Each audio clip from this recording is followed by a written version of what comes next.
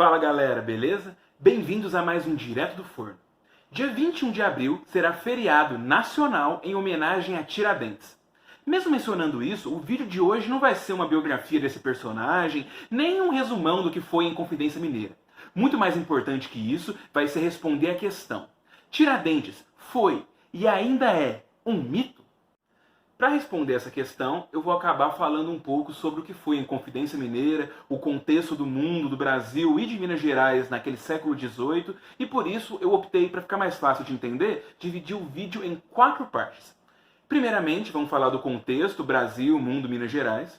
Depois vamos falar um pouco da biografia de Tiradentes. Depois vamos explicar de fato o que foi a Inconfidência Mineira e, para encerrar, a resposta final para a questão: Tiradentes foi um mito? Antes de seguir, já se inscreve no canal, dá like no vídeo e compartilha para os amigos. Agora vamos que vamos. Para falar de contexto mundial, tem que lembrar que o Brasil era colônia de Portugal. E Portugal, naquele começo de século XVIII, estava muito ruim das pernas economicamente, por motivos que são muito vastos e eu posso trazer mais para frente aqui no canal. Mas também no começo do século XVIII vão se descobrir ouro e outras pedras preciosas aqui no interior do Brasil. As expedições de bandeirantes, entradistas, entre várias pessoas que participavam disso, finalmente deram certo. E finalmente Portugal teria uma colônia que dava ouro. Enquanto o Império Espanhol já tinha isso desde o século XVI, com suas colônias aqui na América, como México, Colômbia, entre outros. Portugal ama que tenham achado finalmente ouro na colônia, porque agora o rei poderia tributar isso e poderia aumentar os cofres em tempos tão ruins para a economia. Dito e feito. Acaba que em 1720, para facilitar a administração e o recolhimento de impostos, Portugal vai criar a Capitania de Minas Gerais, porque eram minas de ouro e pedras preciosas e eram gerais, muitas, abundantes. Não demora e vai começar uma verdadeira febre do ouro aqui em Minas Gerais. As pessoas vão começar a ir atrás, pessoas do Brasil inteiro, pessoas do Império Português inteiro, pessoas de países vizinhos, como o pessoal das colônias vizinhas a gente, vão começar a tentar a sorte aqui em Minas Gerais. Dessa forma, vai ter um grande desenvolvimento econômico na região, um grande boom urbano, de pessoas querendo gastar seu dinheiro, pessoas demandando serviços, produtos, e isso vai dar um grande desenvolvimento das cidades, que vão começar a ter grandes economias, vão começar a ter grandes contingentes populacionais e também um grande desenvolvimento cultural. Para ter ideia, Vila Rica, que era a capital da Capitania de Minas Gerais, tinha em 1760 300 mil habitantes. Isso era 20% da população do Brasil inteiro na época. A tributação também era excessiva. Para garantir um controle do ouro e a tributação certa, Portugal instituiu as casas de fundição. Dessa forma, todo o ouro que era acabado sendo minerado tinha que ir para uma casa de fundição, virar barra de ouro, garantir um carimbo e 20% ia para Portugal, o chamado quinto. Então tem que ter isso na cabeça. Minas Gerais era muito importante, teve um grande desenvolvimento cultural, econômico, populacional. Portugal estava tributando pra caramba. Só que tem que lembrar que tem que ter outras coisas também. O Brasil naquele momento, mesmo com elite se formando, dinheiro fluindo, não tinha tipografias, elas eram proibidas. Então não tinha livros aqui sendo produzidos. Você tinha que ou comprar de Portugal, lá tudo bonitinho, censurado até, ou trazer via contrabando. A gente não tinha também manufaturas, não tinha indústrias no Brasil. Mesmo que já na Europa nós já tínhamos países como França, Inglaterra e até Portugal que tinham.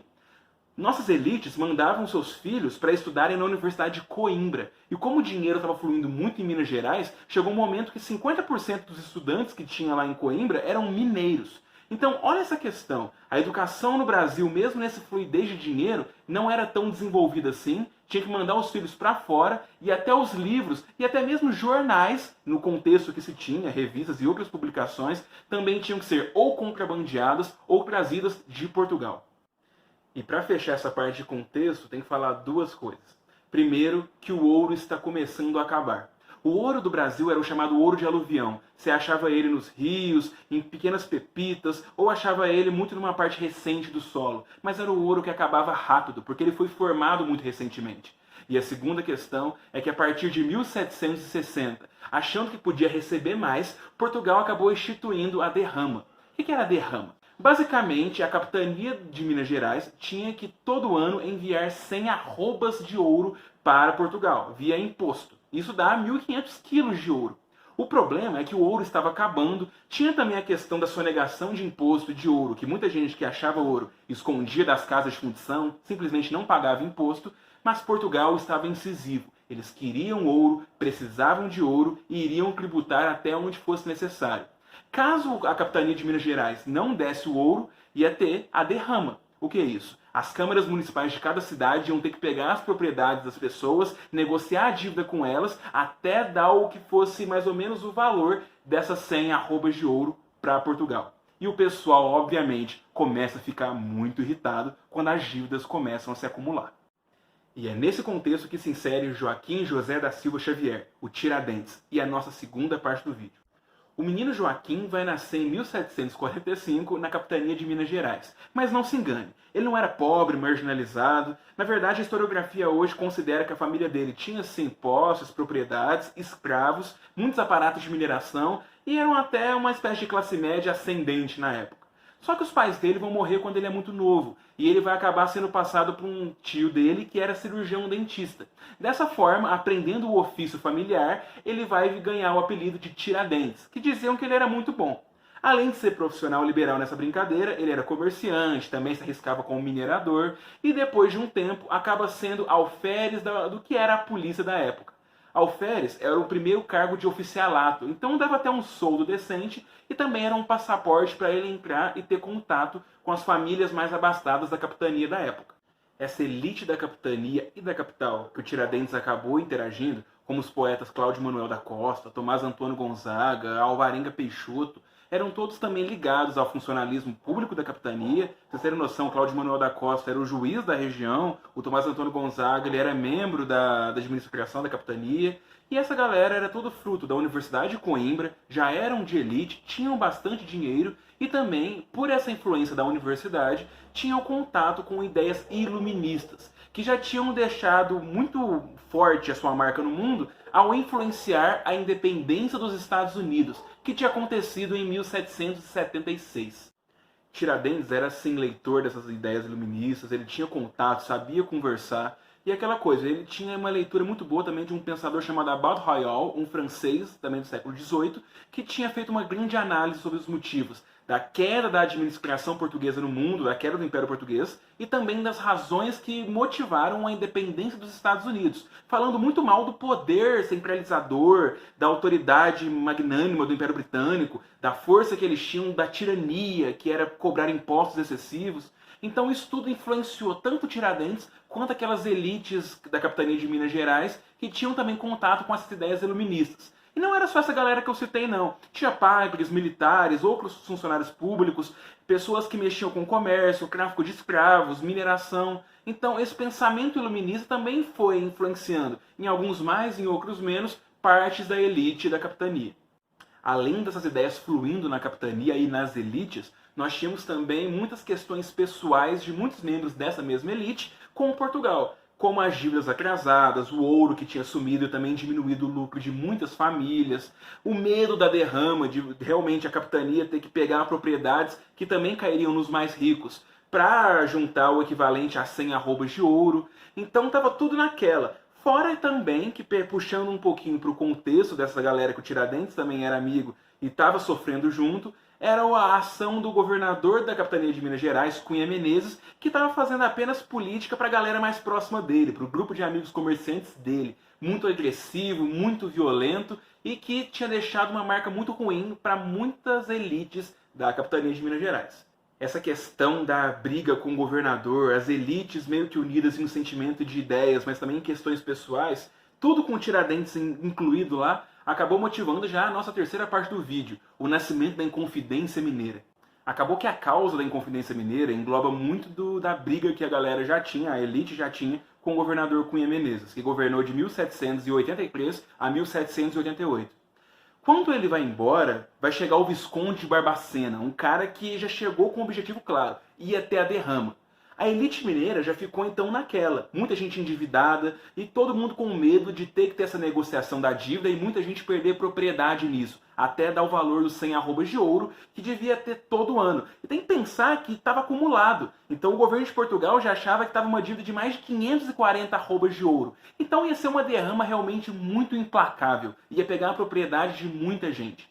Nós temos então medo da derrama, medo do Visconde de Barbacena, um misto de ideias iluministas e muito entusiasmo com o que foi a experiência da independência dos Estados Unidos. Tudo isso provocou naquelas reuniões que aconteciam na casa do juiz e poeta Cláudio Manuel da Costa, lá em Vila Rica, os primeiros passos do que vai ser a Inconfidência Mineira. Dessa forma, a ideia que eles tinham era a seguinte: no dia que o Visconde de Barbacena anunciasse que ia começar a derrama na capitania, eles iriam então promover uma revolta. Iriam atiçar a população, porque eles também perderiam propriedades nessa brincadeira, e dessa forma proclamariam uma república separada do Império Português. Dessa forma, uma república sendo separada, acabaria interrompendo a cobrança de dívidas, impediria a derrama, matariam o Visconde de Barbacena e começariam um novo governo chefiado pelas mesmas elites de Minas Gerais que estavam na casa do Cláudio Manuel da Costa. Essa república não seria realmente todo mundo votando, um presidente ou coisas do tipo. Seria mais ou menos um governo dessa elite que estaria garantindo uma ordem. República para eles, essa igualdade para eles, seria a igualdade entre os comerciantes, entre a elite. Não estão prevendo igualdade entre o rico e o pobre, entre o nobre e o não nobre. Então tem que ter essa noção. E isso vale também para a questão da escravidão. Os Inconfidentes não tinham um pensamento de abolição. Alguns até pensavam, Tiradentes não. Porque justamente muitos dos membros da Inconfidência Mineira eram donos de escravos. A Inconfidência nunca vai acontecer. O Barbacena mesmo, antes de fevereiro, já vai suspender a derrama, o que vai fazer com que o movimento se desarticule total. E o pior, ainda vai acontecer a traição do Joaquim Silvério dos Reis, que era um dos membros da Inconfidência Mineira, para tentar acabar com as dívidas dele e ficar imune de dívida por pelo menos 3 anos. Para isso, ele falou para o Visconde de Barbacena que ia ter uma revolta, que ia matar ele. Ele entrega a localidade das pessoas que eram membros da Inconfidência para o governo. Acaba sendo, então, entrega todo mundo, fica de boa, sem dívidas, e muita gente é presa, inclusive Tiradentes.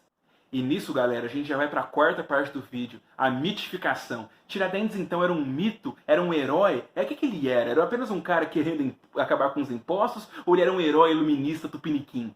O processo é que, como eu falei, a Inconfidência Mineira era composta por homens, por uma elite, por uma galera com um pensamento muito clássico daquele momento de proteger a sua propriedade, serem contra uma tirania do Estado, influenciados pelo contexto, mas também protegendo a sua própria posse. Eles queriam ficar de boa, sem dívidas e sem tributação excessiva.